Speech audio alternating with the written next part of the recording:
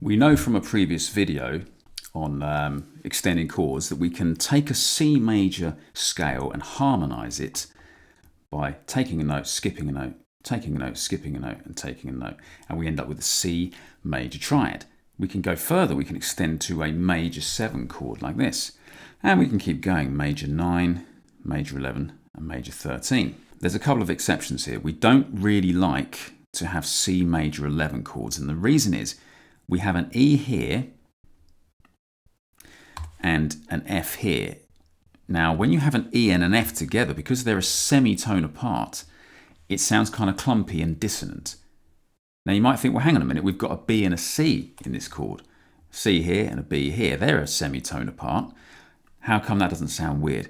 Well, for some weird reason, it does sound quite pleasing to our ears when we play a C major 7 chord, but to have that semitone distance there and this one is a bit too much. So we don't like the sound of it, we tend not to bother.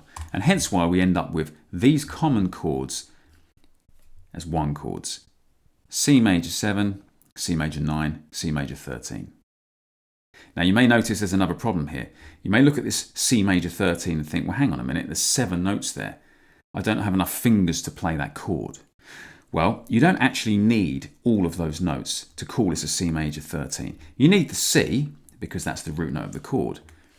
Actually, some people don't bother playing it. Some people let the bass player play it or the keyboard player play the C. You can even imply the C is there just by the way you phrase the music. We do need the third because that tells us this is a major chord. We don't really need a fifth. It doesn't say if it's major or minor. It doesn't really tell us much. We do need this major 7 chord. Otherwise, we're just adding notes to our triad. It becomes what's called an add chord. We don't really need the 11 or the 9. And there you go. We have a 4-note chord. We can optionally put any of these back in at any time. Going to the 2 chord now. Now what I've done here is I've written the C major scale out again, but starting from a note of D. Now technically that's called the D Dorian mode or the D Dorian scale, but that's for another video. The reason I've done this is if you look at the previous scale, if you go and harmonise this from the D, you'll notice the numbering's all wrong. We've got 2, 4, 6. We really want to call D our first note, our root note. So we're going to come over here, we're going to take a C major scale starting from a D, and we're going to harmonise like this. You'll notice that we're actually not playing the same notes we would in a D major scale. A D major scale should have an F sharp for the 3rd note. We've flattened it. We have a minor 3rd or a flattened 3rd. We also, instead of having C sharp at the 7th degree, we've flattened it and created a minor 7th. So the 2nd chord in a major key is actually a minor 7 chord because it's got this minor 3rd and it's got a minor 7th.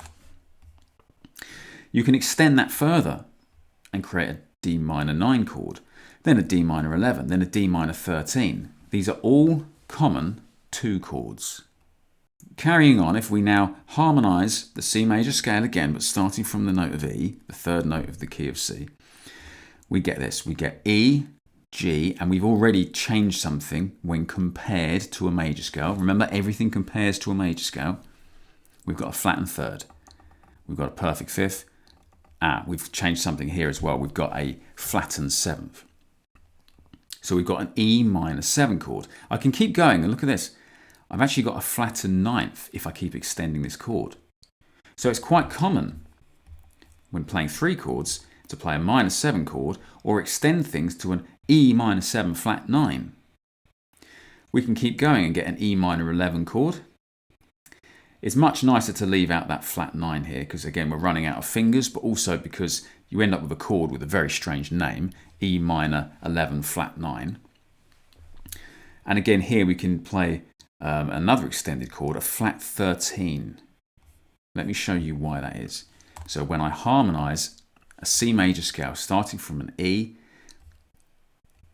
and all the time comparing to an E major scale, I've got E, that's the 1, and a flat 3 when compared to the E major scale, a 5, a flat 7, a flat 9, an optional 11, and look at this, we flatten the 13th. Let's look at the 4th chord in a key. The fourth chord in the key of C is F, A, C, E, and you'll notice we've not deviated in any way from an F major scale. So actually we've created an F major 7 chord. If I keep extending this, I can then add a ninth, and look at this. This is actually a sharpened 11th when compared to an F major scale. F major should have a B flat. We've played one note higher than that. We've played a B. So we've got an F major 7, sharp 11. So here are the common 4 chords in a key. Major 7, major 9, and major 7, sharp 11. That last one is specifically a 4 chord. Starting now from the 5th note in the key of C, we can harmonise it and go G, B, D, F, and look at that, we've changed something. The G major scale should have an F sharp, we've flattened it. Now, the thing is, we can't call this chord a minor 7 chord. Although it's got a minor 7th in it, it's also got a major 3rd. But we can't call it a major chord because it's got a minor 7th. So we need to invent a new name. We call this a G dominant 7 chord, or G7 for short. And we can extend that chord further and create a G9, a G11, and a G13. And again, we can sacrifice notes that we don't really need. Moving on to the 6th chord in the key, if I harmonise the C major scale, but starting from an A, and comparing to an A major scale the whole time, I've got 1, flat 3 when compared to the A major scale, 5, flat 7. So I've got an A minor 7 chord. And I can keep going and I can get A minor 9, A minor 11, A minor 7, flat 13. Okay, A minor 7, flat 13. Let's have a look at that. So I've got a 1, a flat 3, a 5, a flat 7, 9, 11, and a flat 13. So we don't need these notes here, really. We can sacrifice those. Finally, the 7th chord in the key, if we harmonise the C major scale, but starting from the note of B, we get B, D, now we've got a flattened 3rd straight away, and a flattened 5th when compared to the B major scale, and a flattened 7th. So we've got this weird chord known as a minor 7 flat 5 chord. We cannot get rid of the 5th this time because it's telling us something. I mean, you could leave this out, but the problem is if you did that, the listener might think you're playing a minor 7 chord. Adding that flat 5 gives us a bit more flavour, something to work with, something that tells us we are playing specifically a 7 chord. To recap, here are the common extended chords. The 1 chord can be a major triad or extended to a major 7, major 9 and a major 13. The 2 chord can be a minor triad or extended to minor 7, minor 9, minor 11, minor 13. The 3 chord can be a minor triad or extended, watch out for that, minor 7 flat 9. The 4 chord can be extended from a major triad to a major 7 and a major 7 sharp 11. The 5 chord can be a major triad, but once you extend it, you get dominant 7, dominant 9, dominant 11, and dominant 13.